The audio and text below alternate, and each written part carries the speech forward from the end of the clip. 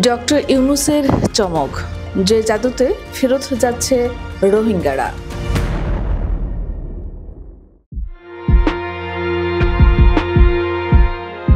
অবশেষে খুলতে যাচ্ছে রোহিঙ্গা প্রত্যাবাসনের দুয়ার।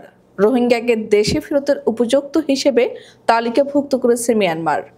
প্রথম ধাপে 1,80,000 রোহিঙ্গাকে নিজ দেশে ফেরত নিতে রাজি হয়েছে মিয়ানমারের জান্তা সরকার। বাংলাদেশের কূটনীতিতে যা অন্যতম বড় সাফল্য। দীর্ঘ 8 বছর বাংলাদেশের গলার কাঁটা হিসেবে আটকে থাকা এই রোহিঙ্গাদের ফেরত নিতে কিভাবে মিয়ানমারকে রাজি করালো বাংলাদেশ? কোন কৌশলের কারণে রোহিঙ্গাদের ফেরত নিতে রাজি হয়েছে মিয়ানমার? এবার জানা গেল সেই কৌশল। প্রধান উপদেষ্টার উপপ্রেস সচিব আজাদ মজুমদার তার এক ফেসবুক পোস্টে ব্যাখ্যা করেছেন রোহিঙ্গা ইস্যুতে সরকারের শক্তিশালী অবস্থানের কথা, যেখানে রোহিঙ্গা সমস্যার সমাধানে প্রধান উপদেষ্টার হাই রিপ্রেজেন্টেটিভ ডক্টর খলিলুর রহমানের ভূমিকাও তুলে ধরেছেন তিনি। আজাদ মজুমদার তার ফেসবুক পোস্টে লিখেছেন, রয়টার্স, EFE এবং ওয়াশিংটন পোস্টের মতো একাধিক সংবাদ মাধ্যমে আমি প্রায় 2 দশক ধরে রোহিঙ্গা সংকট নিয়ে আলোচনা করেছি। ক্যাম্পের প্রতিটি কোণে গিয়েছি এবং তাদের দুর্দশা সম্পর্কে অনেক গল্প লিখেছি, বিশেষ করে 2017 সালের গণহত্যার পর। তিনি আরও লেখেন, আমি কখনো ভাবিনি যে আমি সংকটের একটি গুরুত্বপূর্ণ মুহূর্ত প্রত্যক্ষ করার এত কাছাকাছি পৌঁছে যাব, যা অবশেষে তাদের দীর্ঘ প্রতীক্ষিত প্রত্যাবাসনের দরজা খুলে দেবে।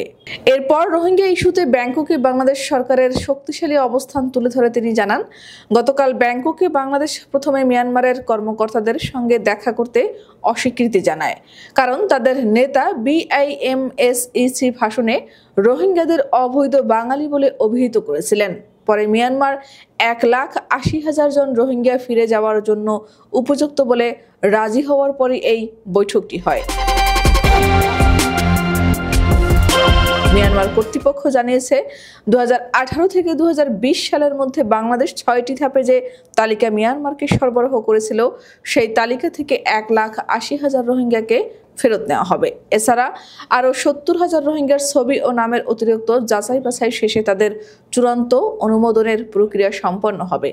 মিয়ানমার কর্তৃপক্ষ আরও জানিয়েছে, মূল তালিকায় থাকা বাকি 5,50,000 রোহিঙ্গার যাচাই কার্যক্রম দ্রুততার সঙ্গে সম্পন্ন করা হবে। সবাই বাংলাদেশের উচ্চ প্রতিনিধি মিয়ানমারের সম্প্রতি সংগঠিত ভূমিকম্পে ক্ষতিগ্রস্তদের প্রতি সমবেদনা জানান এবং বলেন, দুর্যোগ কবলিত জনগণের জন্য বাংলাদেশ অতিরিক্ত মানবিক সহায়তা পাঠাতে প্রস্তুত।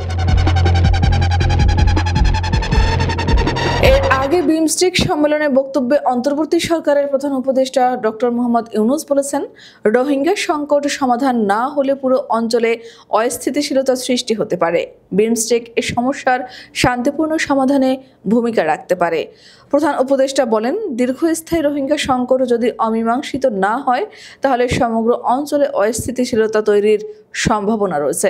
অভ্যন্তরীণ দ্বন্দ্ব, বিশেষ করে রাখাইনের বিরোধপূর্ণ পক্ষগুলোর মধ্যে সমাধানের জন্য সংলাপকে বিমস্টেক উৎসাহিত করতে পারে। জোরপূর্বক বাস্তুচ্যুত রোহিঙ্গাদের মিয়ানমারে প্রত্যাবর্তনের জন্য একটি উপযুক্ত পরিবেশ তৈরির জন্য রাখাইন রাজ্যের উচিত মিয়ানমারকে সম্পৃক্ত করার জন্য আরও দৃশ্যমান পদক্ষেপ নেওয়া। রাখাইন রাজ্যের সাম্প্রতিক ঘটনাবলীর পরিপ্রেক্ষিতে রাখাইন থেকে আরও বাস্তুচ্যুতি বন্ধ করার জন্য জনগণের মৌলিক চাহিদা পূরণের জন্য একটি মানবিক চ্যানেল স্থাপন করা যেতে পারে।